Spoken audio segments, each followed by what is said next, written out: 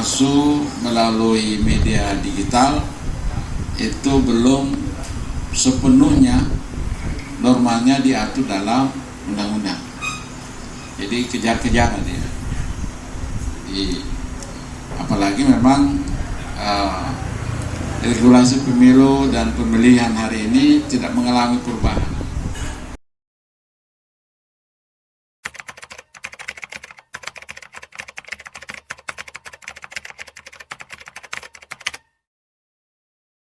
Ya, Undang-Undang Nomor 7 2017 yang menjadi payung pelaksanaan pemilu, pemilihan legislatif dan pilpres. Kemudian Undang-Undang Nomor 10 2016 yang menjadi payung pemilihan kepala daerah itu tidak mengalami perubahan. Dengan demikian pasti banyak perkembangan baru, termasuk yang terjadi melalui media elektronik itu belum bisa dijangkau oleh undang-undang. Kemudian memang dalam penyusunan peraturan perundang-undangan itu dimungkinkan dilakukan dengan pendekatan peraturan di bawah undang-undang. Tapi sekali lagi harus hati-hati karena jangan sampai itu bertentangan dengan peraturan di atas. Ya, karena itu akan berpotensi dilakukan uji materi atau judicial review oleh pihak baik itu kepada Mahkamah Konstitusi maupun kepada Mahkamah Agung. Ini problem hukum. Bapak dan hadirin sekalian, Bawaslu sebagai penyelenggara pemilu, salah satu dari penyelenggara pemilu selain KPU dan DKPP, kita mencoba melakukan optimalisasi pengawasan melalui media-media teknologi atau digital, tentu dengan keterbatasan yang ada. Ya, jujur saja di Bawaslu tidak punya perangkat yang cukup untuk memantau semua media-media elektronik. Misalnya di televisi itu kita hanya bisa menonton, kemudian di radio juga kalau kita punya kesempatan juga bisa mendengar, dibanding dengan personil Bawaslu. Jadi rasio antara media digital, media elektronik dengan personil Bawaslu itu sangat jauh ya. Sebagai gambaran saja teman-teman sekalian, dari sisi komisioner Bawaslu RI itu berjumlah 5 orang. Di provinsi ada 9 provinsi, jumlah komisionernya 9, selebihnya 5 orang. Contoh lebih real lagi di Sulawesi Selatan, komisionernya 7 di 3 provinsi. Di kabupaten ada 4 kabupaten yang jumlahnya 5 orang, selebihnya 3 orang, termasuk sendiri 3 orang. Turun ke bawah di kecamatan jumlahnya 3 orang, di kelurahan desa 1 orang, di TPS 1 orang.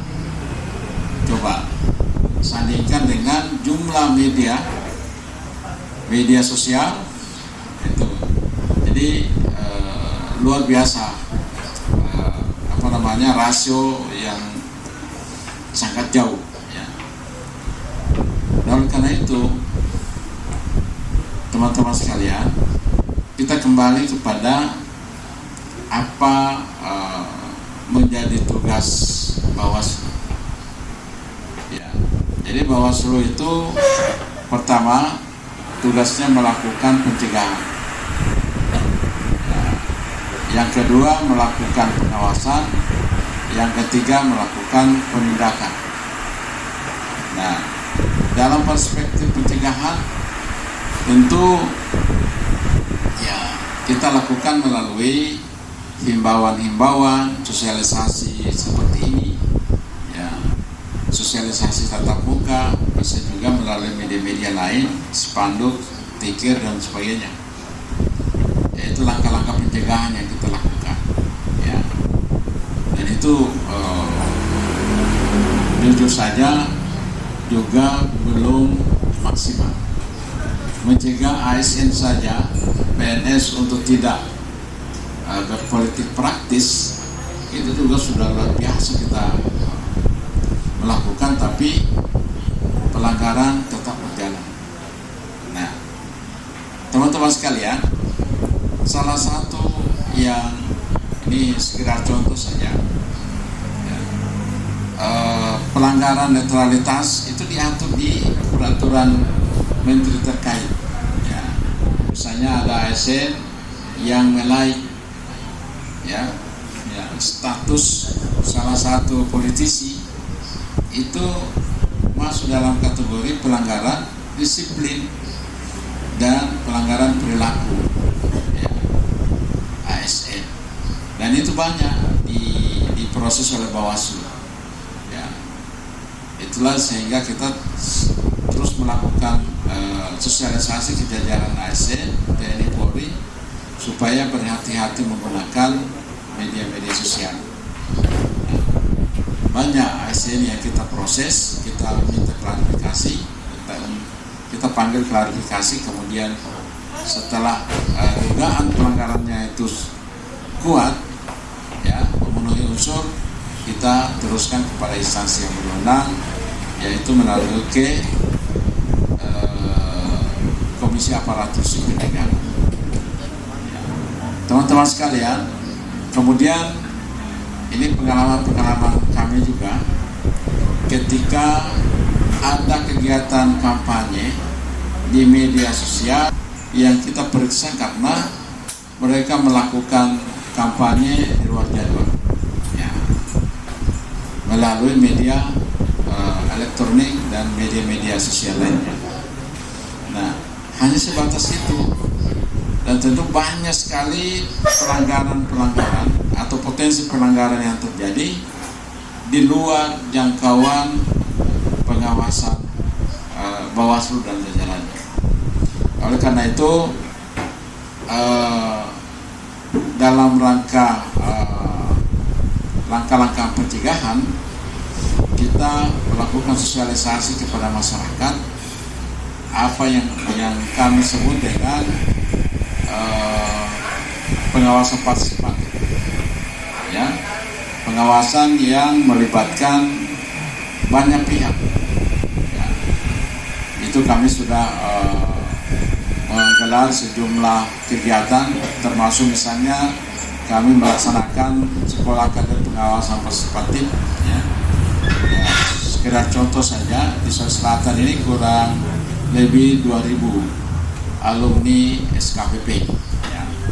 Di tahun 2000 kami memproduksi, karena waktu itu kan masih zaman-zamannya COVID, jadi kami menggelar sekolah kader pengawas partisipatif itu melalui online. Itu pesertanya kurang lebih 1.000 di Sulawesi Selatan. Kemudian di 2021 kami juga menggelar, tapi itu sudah kami lakukan dengan tatap muka, ya, di kurang lebih 9 kabupaten kota, ya, 10 atau 9 atau 10 kabupaten kota, itu menghasilkan alumni kurang lebih 500 orang. Kami buka di 5 titik. Setiap titik itu pesertanya 100 orang. Insya Allah 1-2 bulan ke depan kami akan kembali menggelar lagi SKPP tingkat dasar untuk 10 kabupaten kota yang belum dilaksanakan. Kalau saya salah termasuk Senjai, ya. Menarik waktu itu salah seorang mahasiswa bukan bertanya, tapi dia memberikan pernyataan. Saya bilang, dia terus terang bahwa Jujur Pak, saya meskipun sudah 2 kali seharusnya saya memilih, tapi saya tidak menggunakan hak pilih saya. Lebih baik saya tidur. Nah, alasannya karena saya tidak memilih, tetap akan ada juga presiden, tetap akan ada juga anggota DPR dan seterusnya, dan itu tidak mengurangi. Tapi pada saat yang sama dia juga mengkritik sejumlah undang-undang, sejumlah produk-produk DPR, kebijakan pemerintah yang tidak berpihak kepada mahasiswa termasuk pada dirinya. Nah, waktu itu dijawab oleh narasumber, antara pernyataan dengan jawaban itu sudah selesai, ya, bahwa ada produk-produk parlemen yang tidak berpihak kepada mahasiswa. Itulah akibat dari Anda tidak memilih orang-orang yang cerdas, yang kemungkinan berpihak pada kepentingan masyarakat. Begitu juga dengan pemerintah. Jadi teman-teman sekalian, ya, memilih itu adalah hak konstitusional yang diberikan oleh undang-undang untuk kita gunakan. Memilih orang yang terbaik, ya, yang kita harapkan bisa amanah, bisa berpihak kepada masyarakat. Ini memang kita akan berhadapan dengan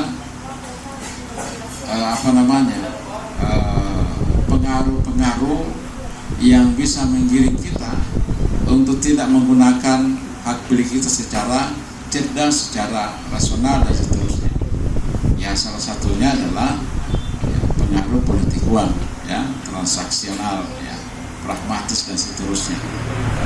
Ini sesungguhnya yang menjadi problem besar, ya, dalam pelaksanaan pemilu kita. Ya, orang-orang yang terpilih karena politik uang itu relatif tidak peduli lagi dengan pemilihnya, dengan konstituennya ketika dia sudah terpilih, karena mereka merasa bahwa ya sudah selesai urusan saya dengan konstituen. Teman-teman sekalian, saya kembali bahwa Bawaslu dengan keterbatasan tadi, kita coba melakukan pendekatan pengawasan partisipatif. Ya, paling tidak masyarakat itu, ya, kalau dia tidak bisa mencegah orang lain untuk melakukan pelanggaran peraturan perundang-undangan pemilu, paling tidak dia bisa mencegah dirinya, bisa mencegah anggota keluarganya, bisa mencegah masyarakat di sekitarnya agar tidak melakukan pelanggaran peraturan pemilu. Ya, teman-teman sekalian, yang kedua, setelah bisa mencegah agar tidak melakukan pelanggaran, dia juga harus memastikan dirinya untuk berpartisipasi menggunakan hak pilihnya. Jadi kita bisa mencegah, tapi kita juga harus menggunakan hak pilih kita dengan cerdas. Ini tugas-tugas berat yang harus kita lakukan. Memang ini jangan berpikir lebih banyak yang harus kita lakukan. Tipis-tipis saja, ya. Seperti tema kita hari ini, tipis-tipis tapi manfaatnya kelihatan, ya, manfaatnya kelihatan. Teman-teman sekalian, saya kira ini hanya pengantar, ya. Yang berikut, ya, hari ini Bawaslu bermitra dengan sejumlah organisasi, sejumlah lembaga, ya. Kami sudah bekerjasama dengan hampir semua organisasi mahasiswa,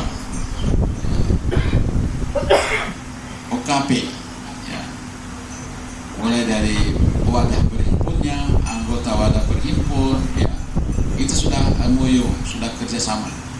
Dan alhamdulillah mereka di tingkat provinsi, mereka itu membuat forum, mengumpulkan anggotanya, pengurusnya dan anggotanya, lalu kemudian kita diskusi seperti ini. Ini langkah-langkah awal, ya. Memang sederhana tapi cukup strategis. Paling tidak kita memiliki perspektif tentang demokrasi, tentang pemilu secara baik. Ya, jangan perspektifnya transaksional dan seterusnya, karena itu akan merusak. Sebagai contoh teman-teman sekalian, dan saya kira ini harus menjadi catatan hitam dalam memori kita ketika kita menggunakan hak pilih. Ya, siapa yang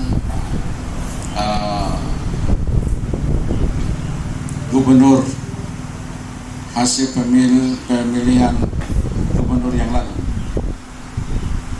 masih ingat? Siapa yang terpilih waktu pilgub? Ya? Siapa? Prof. Andala. Sekarang di mana beliau?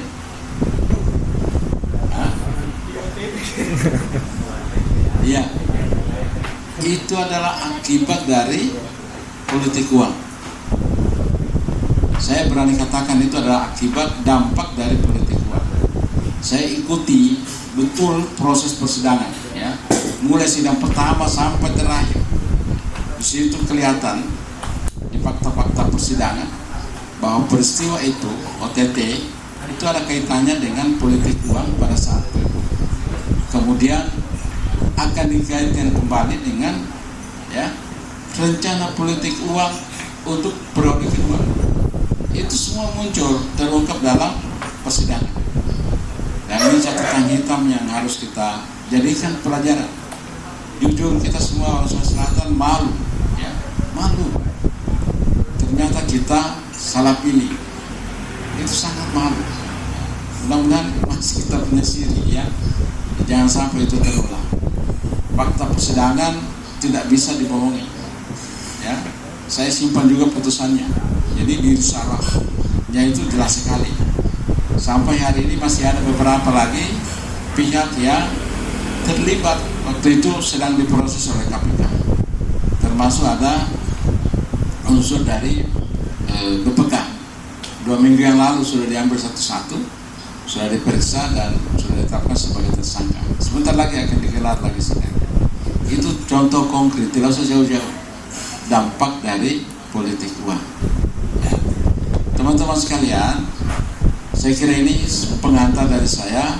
Sebentar kita bisa lanjutkan dengan diskusi lebih dalam. Karena itu saya kembalikan ke moderator. Assalamualaikum warahmatullahi wabarakatuh. Dari pemaparan tadi kita bisa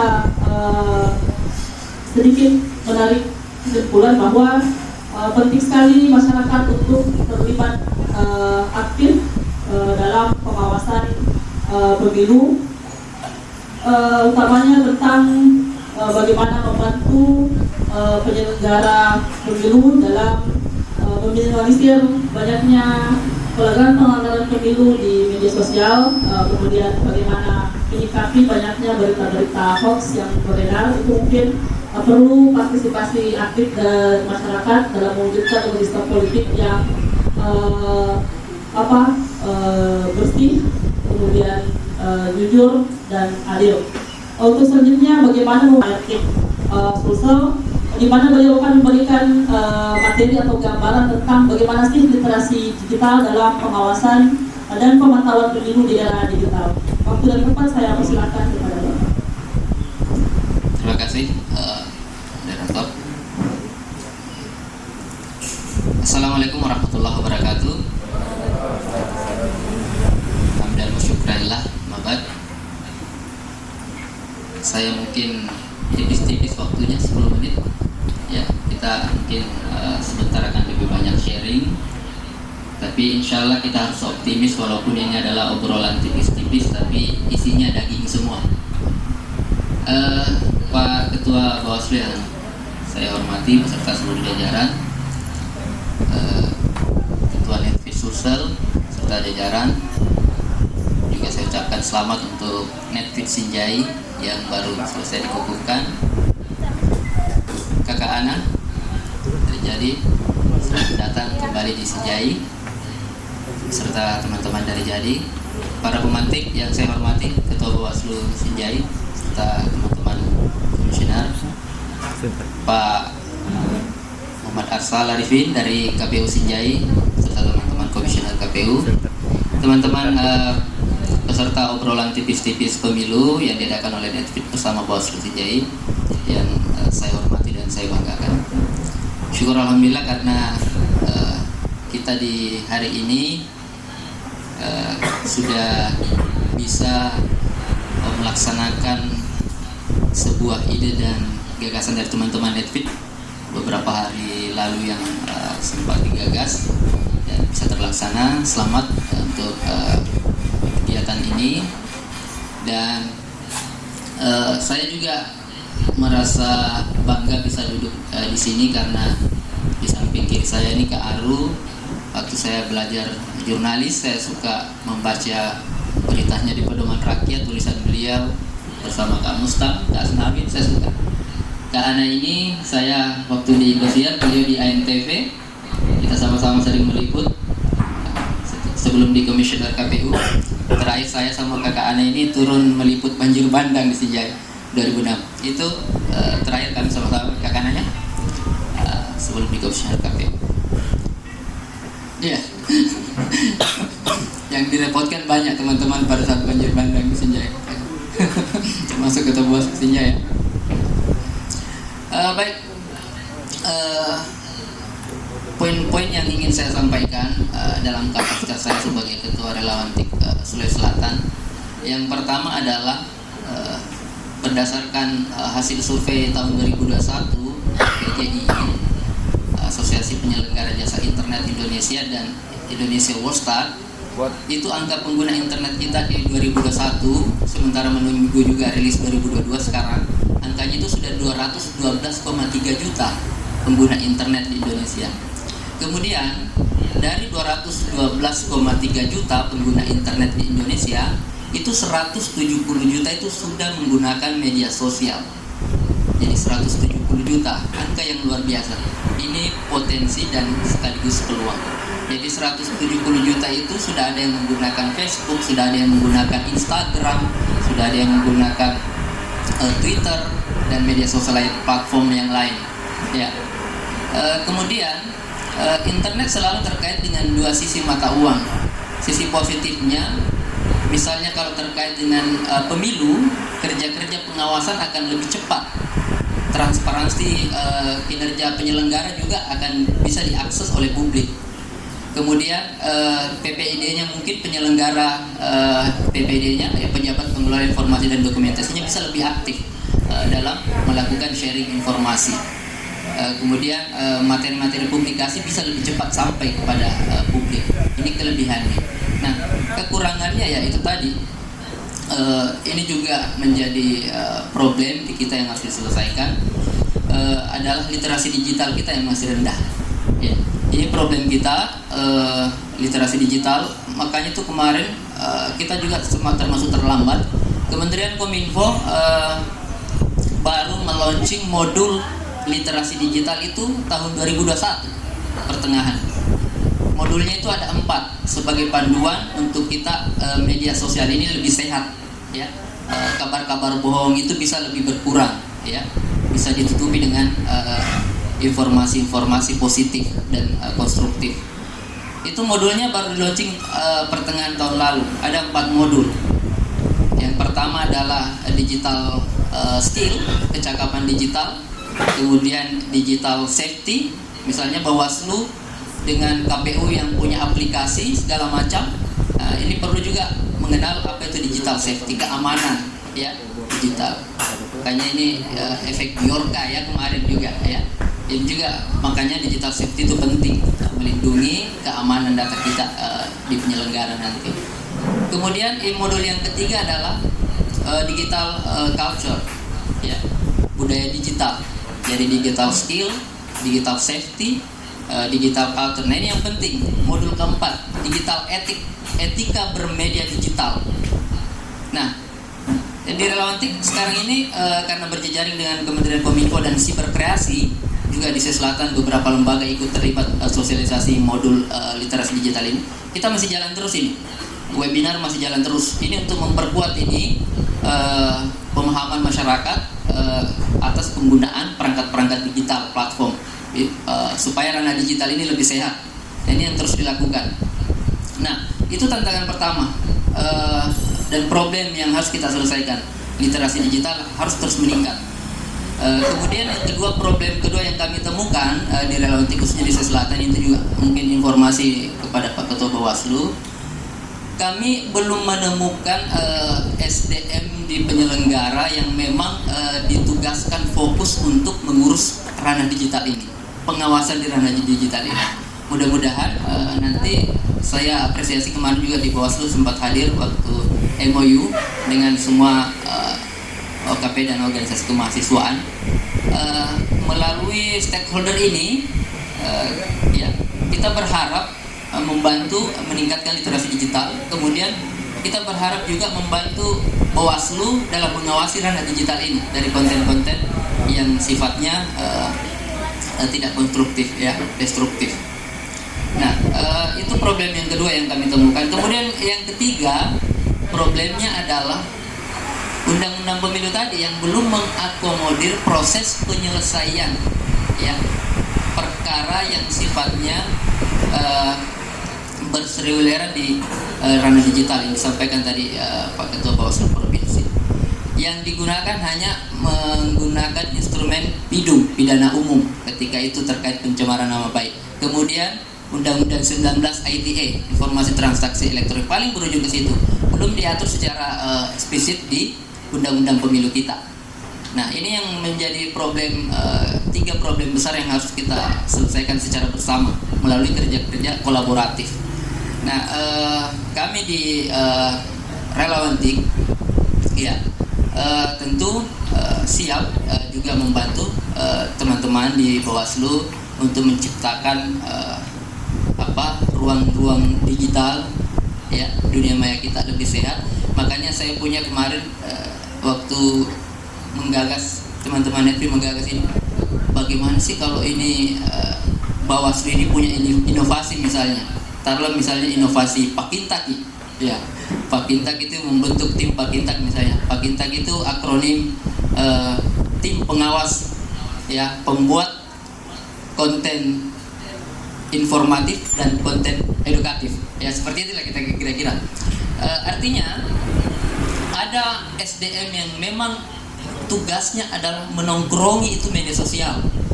Sama kemarin kita usulkan Pemda Sinjai, kenapa tidak bentuk polisi cyber misalnya. Jakarta dengan Jawa Barat sudah 5.0, kita masih 4.0, sebentar lagi 5.0. Artinya bukan lagi tugas tambahan mengelola media sosial itu, tapi sudah menjadi wajib, bukan lagi sunnah. Di OPD kita, khususnya di Sinjai, ya, kelemahannya ini yang masih perlu diperbaiki. Ada media sosial sudah aktif misalnya, tapi itu masih menjadi tugas tambahan. Mestinya untuk pencitraan pemerintah daerah, kemudian untuk publikasi di bidang pengawasan pemilu, ini menjadi tugas yang wajib bagi penyelenggara pemilu, menyiapkan SDM, ya, khusus untuk menongkrongi memang media sosial dan menjawab itu dengan melalui tim Pakintak kita misalnya membuat konten.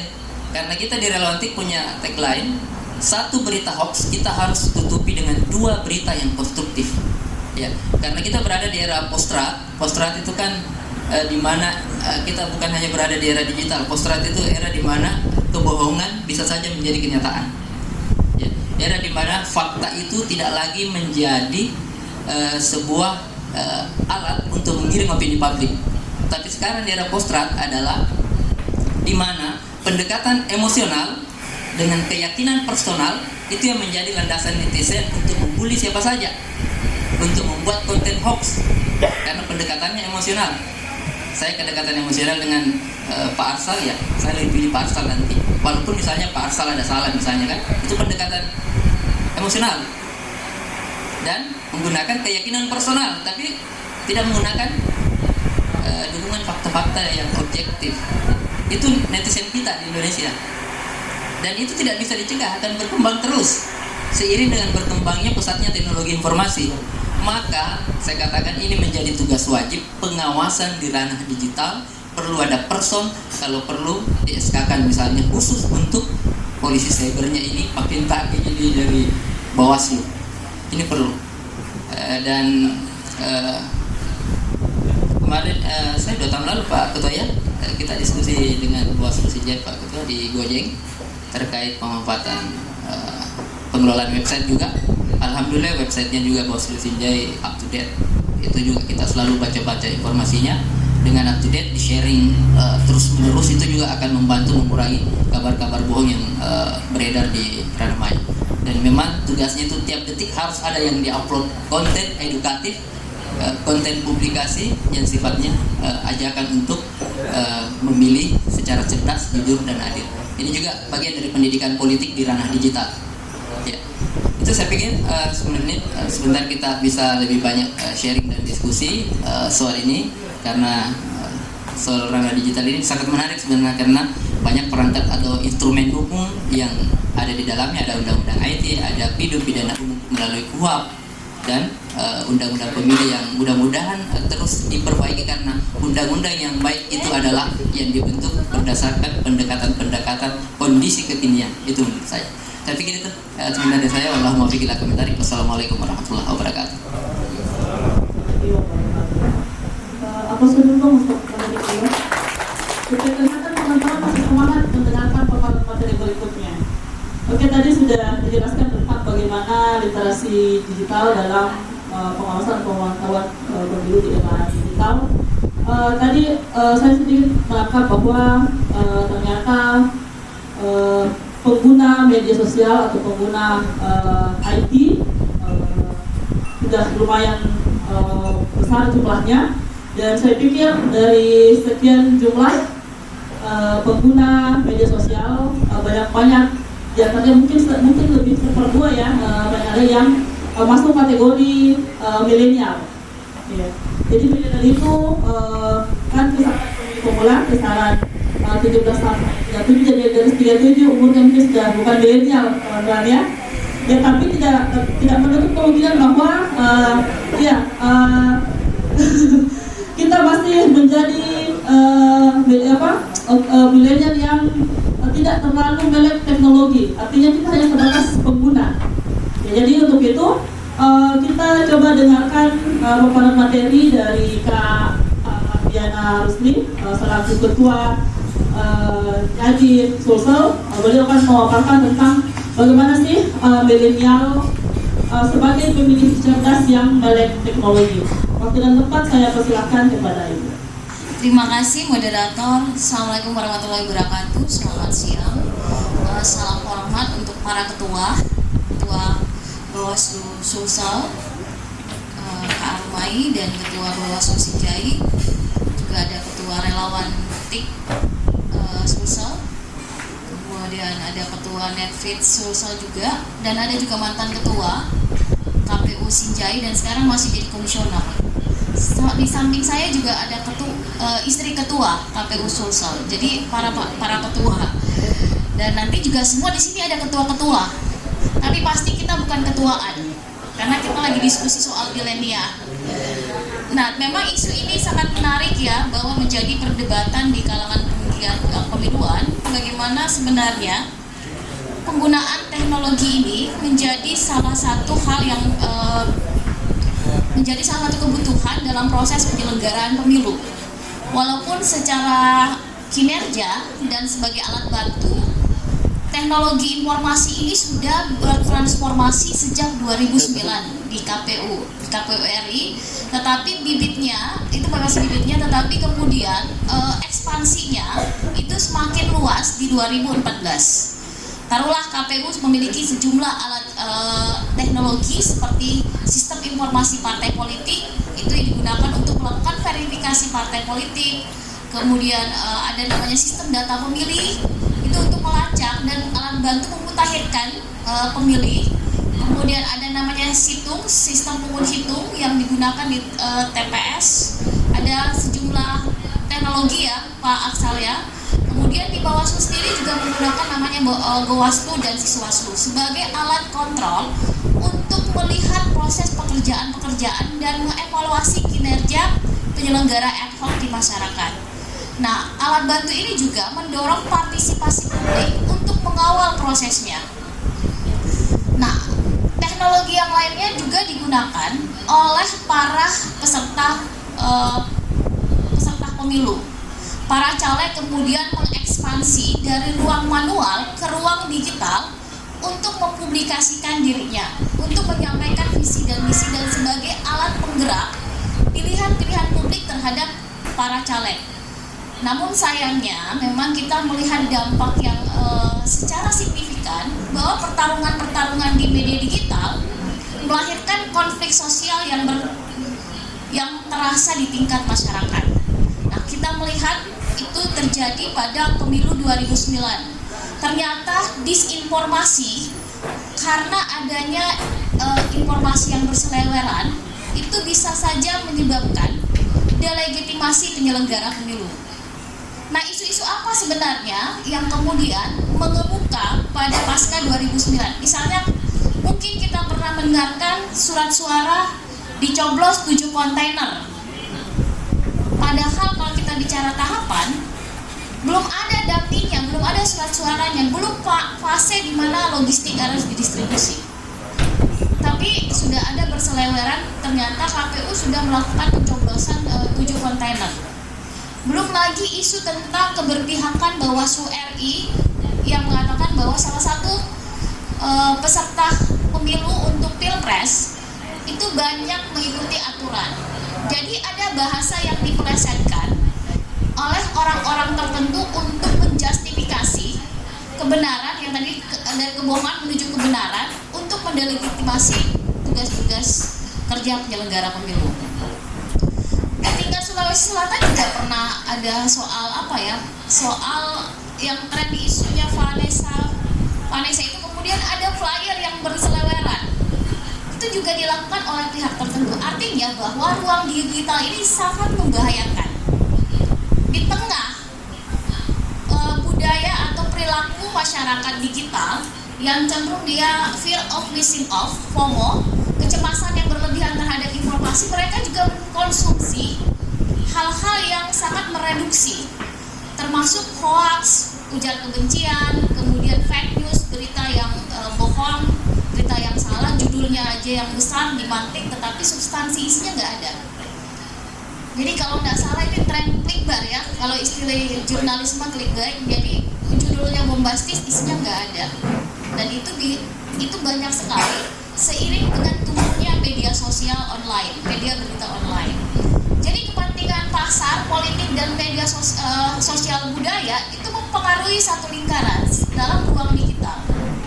Nah, apa yang harus kita lakukan? Memang kita harus punya benteng untuk menghadapi situasi ini, baik penyelenggara sebagai katalisator dari penyelenggara pemilu maupun publik sebagai konsumen dari semua proses yang berjalan. Ingat bahwa kita semua hari ini bisa menjadi produsen sekaligus konsumen, tidak hanya menjadi konsumen. Produsen artinya bahwa semua aplikasi di teknologi itu bisa kita produksi sendiri. Kita bisa bikin konten sendiri. Kita bisa bikin flyer sendiri. Ada aplikasi yang mendukung. Tinggal ngambil aja foto-foto. Sekarang kan sistem pembajakan. Diverifikasi aja nama, ada pencatatan nama. Makanya kalian sebaiknya mohon izin kampanye juga untuk KPU, sebaiknya mulai sekarang coba ngecek lagi di Sipol, masukkan nick-nya, jangan sampai nama kita masuk dalam dukungan salah satu partai politik, karena kebanyakan itu dicatut namanya ya tanpa sepengetahuan. Nah, itulah sebenarnya penting alat komunikasi untuk mengetahui jangan sampai data-data kita ini menjadi bocor, menjadi konsumen publik, identitas pribadi. Kebanyakan selfie, kebanyakan selfie KTP itu kemudian dibajak oleh pihak-pihak tertentu kepentingan, salah satunya ya verifikasi partai politik. Nah, dalam konteks inilah sebenarnya kita berharap mari kita mencoba melihat apa bentuk partisipasi kita dalam melihat situasi dan dinamika dalam ruang digital. Pertama adalah tadi ya disampaikan bahwa perlu penguatan literasi digital melalui pendidikan politik, salah satunya hari ini. Walaupun sebenarnya kita hanya mendiskusikan pikiran-pikiran, pandangan atau mungkin pengalaman kita dalam menggunakan media sosial, atau mungkin di antara kita ada alumni pembuat hoax, atau ada di antara kita yang suka ujar kebencian. Ya nggak apa-apa, kita konsumsi aja diskusi di sini. Saya yakin Bawaslu tidak lagi mencatat-catat bahwa ini pelaku, tetapi penting juga kita mengetahui pandangan-pandangan negatif atau positif dari publik terkait situasi yang ada. Nah, kenapa kita juga berharap karena biasanya orang pembuat hoax itu sangat kreatif, para buser. Nah, caranya Bawaslu dalam hal ini memang belum ada aturan baku ya atau payung hukum, tetapi mereka bekerja sama dengan para pembuat platform media di tingkat nasional. Ini langsung melakukan take down atau penghapusan semua konten-konten yang berbau negatif. Nah, harapan kita mari mengkonsolidasikan semua kegiatan untuk menyupport penyelenggara sebagai katalisator proses pemilu ini. Caranya adalah bikin kita konten-konten yang positif. Sinjai ini setahu saya adalah daerah penghasil teknologi ya. Semua alat perangkat sistem pemerintahannya juga menggunakan teknologi. Kalau tidak salah itu kemarin desa digital yang pertama di Sinjai ya. Kalau nggak salah, karena kemarin Komisi Informasi Publik termasuk salah satu yang memenangkan Sinjai sebagai daerah desa digital. Oke kalau nggak salah ya, iya. Nah, artinya bahwa masyarakat kita di sini sangat maju dan cepat dalam merespon. Pendidikan politik itu penting. Membuat konten-konten bekerja sama dengan KPU, Bawaslu, kemudian tapi yang paling penting tinggal mengimbangi dengan pengetahuan kepemiluan.